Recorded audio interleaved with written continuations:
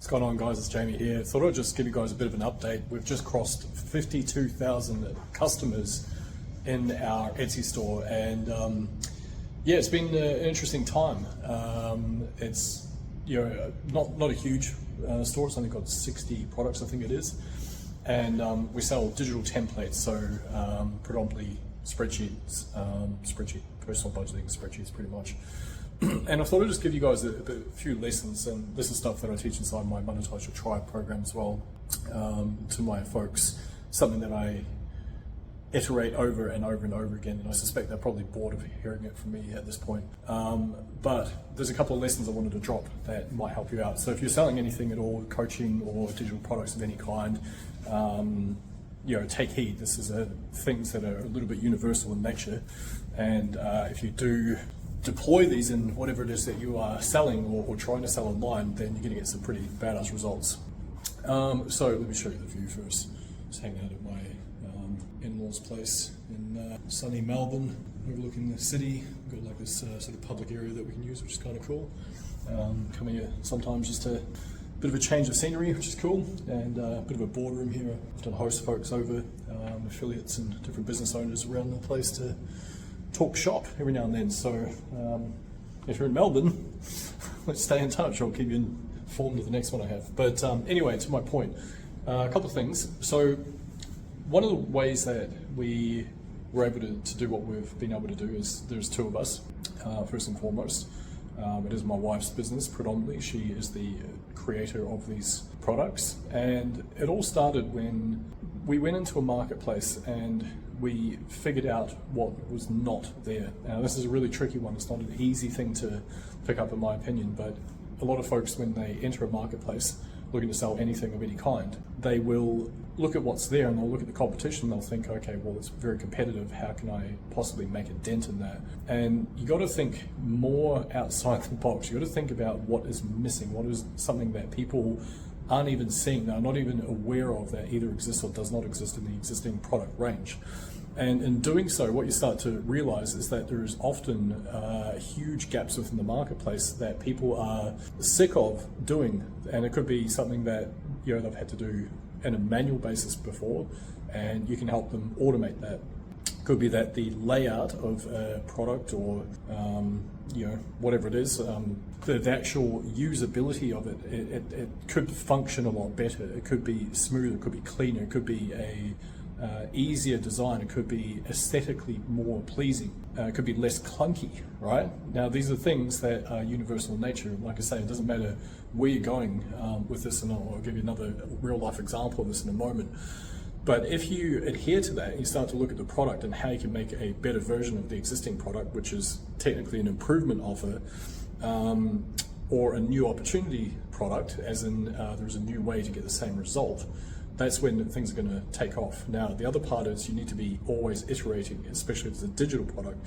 What I mean by that is you can't rest on your laurels and go, okay, cool, I've got something that is selling. How can you make it better? How can you add more value? How can you create a better customer experience? Because when you do, you're going to get customers that absolutely love what you do.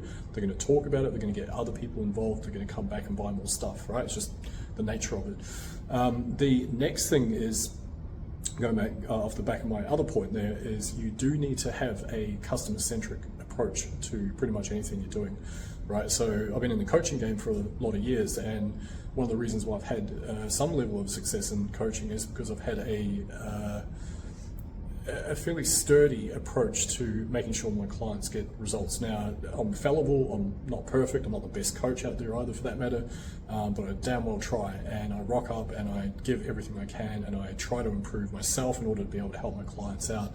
And the same thing with my digital products. Every iteration I make of one is a better iteration of the one I've done before, so on and so forth. And so it's really important that you do keep that in mind, that you are looking to improve the customer experience overall. Something that we've done with the spreadsheets, and we've created just a better version of those each and every time we've gone to launch. So that's another thing.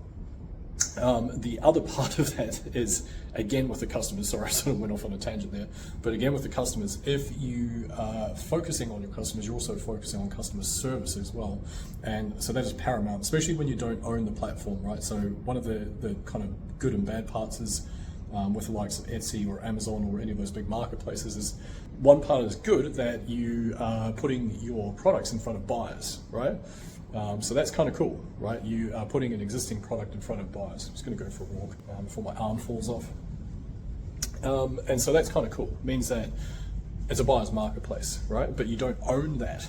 And so that means that you have to play by their rulebook, and their rulebook states that you need to be really damn good at your customer experience. And of course, I would encourage you to do that even if you're not on a particular marketplace anyway. I would encourage you to always be looking at how you can improve the customer experience and the customer service along the way as well. Again, the more happy your customers are, the better the product is, the more likely they're going to sing your praises. So there's a couple of little tips for you guys. The other one as well is, hang on, I had this kind of mentally before, now I've lost my train of thought. Product improvement, looking for gaps in the marketplace. Looking for, if you can, try to create a new opportunity offer versus an improvement offer. Technically, we're selling spreadsheets, so of course it's always going to be an improvement upon an existing one, but there is still new opportunities to take within those, and they could be as simple as like automating a payment, that stops them from having to the customer from having to put in things manually. Could be as simple as that. So now all of a sudden it's like a new opportunity within the realms of an existing marketplace, if that makes sense. What else? There's something else I was going to mention. Oh man, this is embarrassing.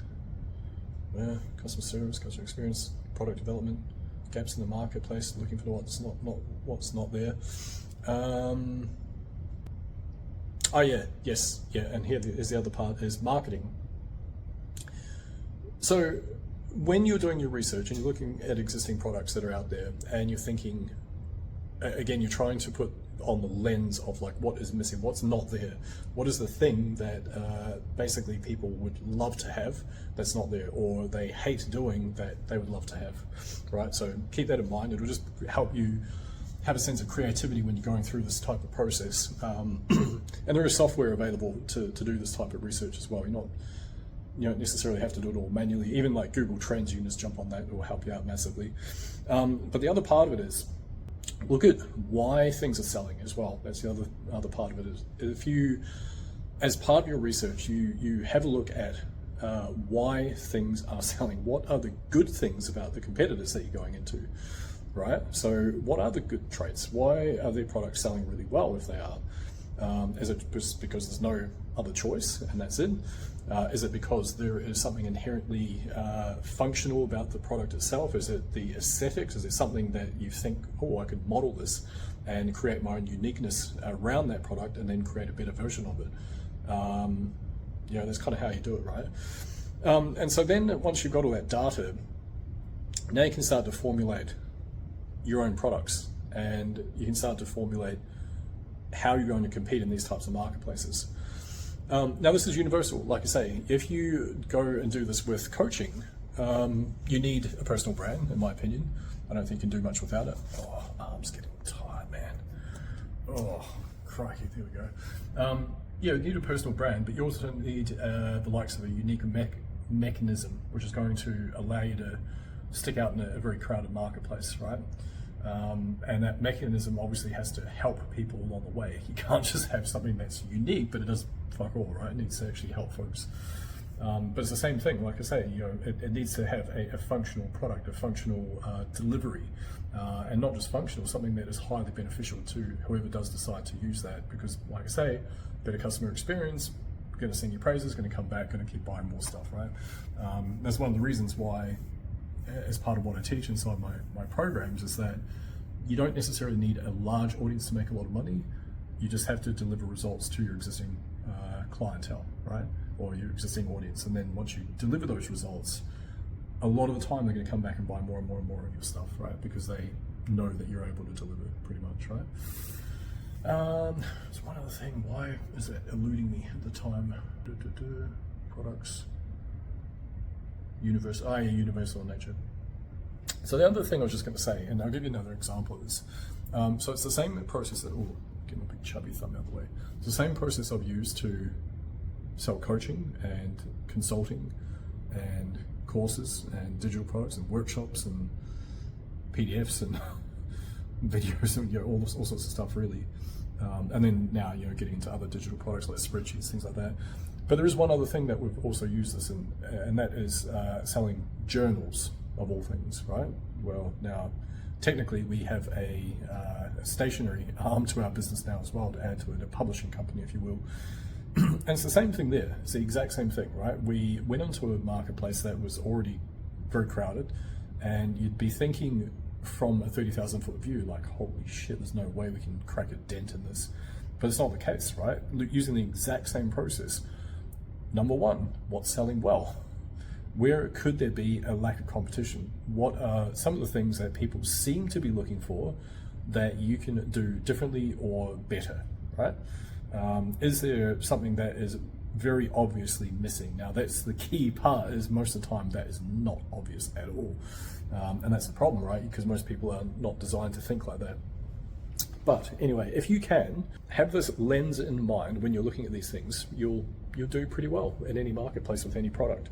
To give you an example, with the Amazon stuff, we technically have one product, 3 colors, and it's just a journal in a very, very crowded marketplace, and it's done, I think, maybe 80,000 US this year, and we're in early June now, so call it, what's that, 20, just shy of 20k per month Australian, which is pretty good.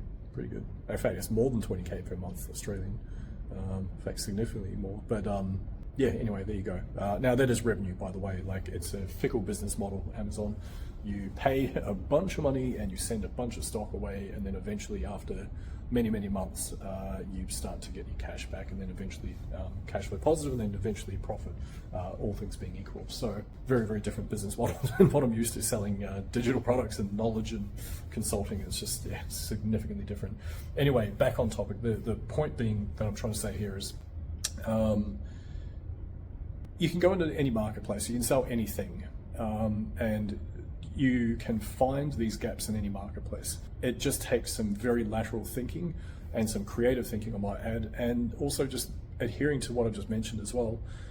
If you can, then you'll probably do quite well. One other thing I will say, just to cap things off, is it is imperative that you focus on one thing to start with, right? One of the mistakes that I have made many, many, many times in my life and in my business career, many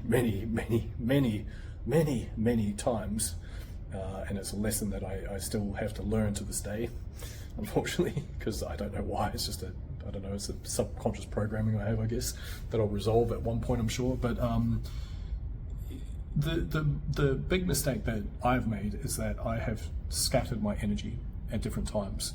And I've tried to go on more than one social media platform at once, or I've tried to develop more than one product at once, or I've tried to, do all sorts of methods to acquire clients at the same time. And so what ends up happening is it's just like, you're skydiving without a parachute, as well as solving a Rubik's Cube, as well as trying to build your parachute as you're falling. And then you're wondering why you keep splatting on the ground. And thankfully, with being an entrepreneur, you've kind of got sort of many lives ahead of you, to give you a bit of an analogy there, but it's still kind of tough when you're doing it that way.